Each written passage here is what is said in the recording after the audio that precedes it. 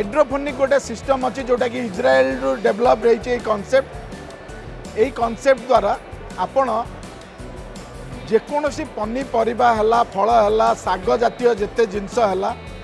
पानी रे आराम रे ग्रो करि परिबे। मुख्य उपादान गचर जेतिक अच्छी खाद्य सार पानी रे जदि आमे देखु दिए हब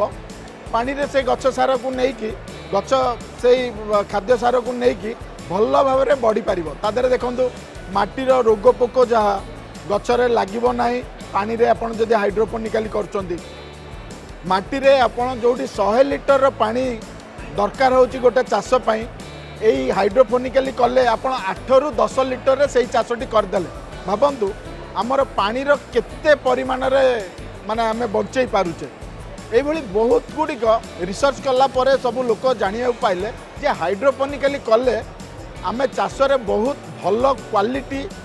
आउ क्वांटिटी रो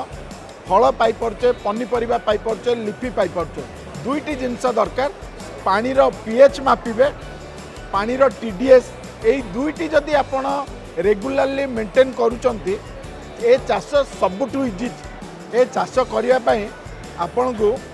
प्रथमे गोटे नेटकप गोटे पाइप तार एनएफटी चैनल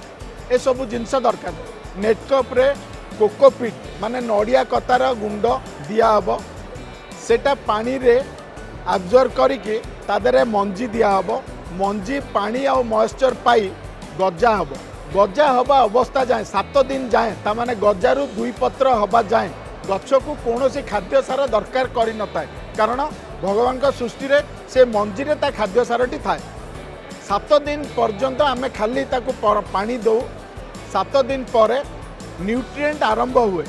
तार सब विधि अच्छी। 7 दिन रु 15 दिन गोटे प्रकार न्यूट्रिएंट चलो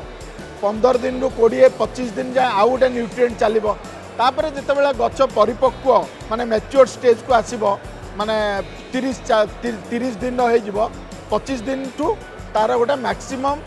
ग्रोथ पाई भल साग हवा पाई किंबा भल पनीपरिबा हवा पाई ऑप्टिमम लेवल जाए ताको गोटे न्यूट्रिशन करा जाए। यही प्रोसेस रे थरे हला परे ताको आपण गछ को काटी काटी खाई परिबे किंबा ताको चासी जेतेबेले नब ताको बिक्री करि परिबो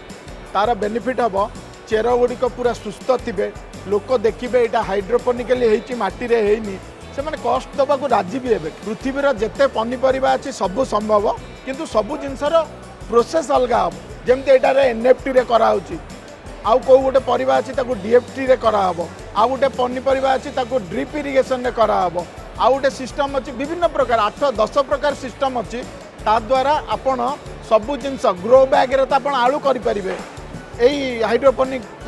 प्रोसेस रे एक्वापोनिक प्रोसेस रे आपण आलू भी करें बहुत प्रोसेस अच्छी खाली माटी रे नुहे बिना माटी रे सबू पनीपरिबा चाष आपण करें।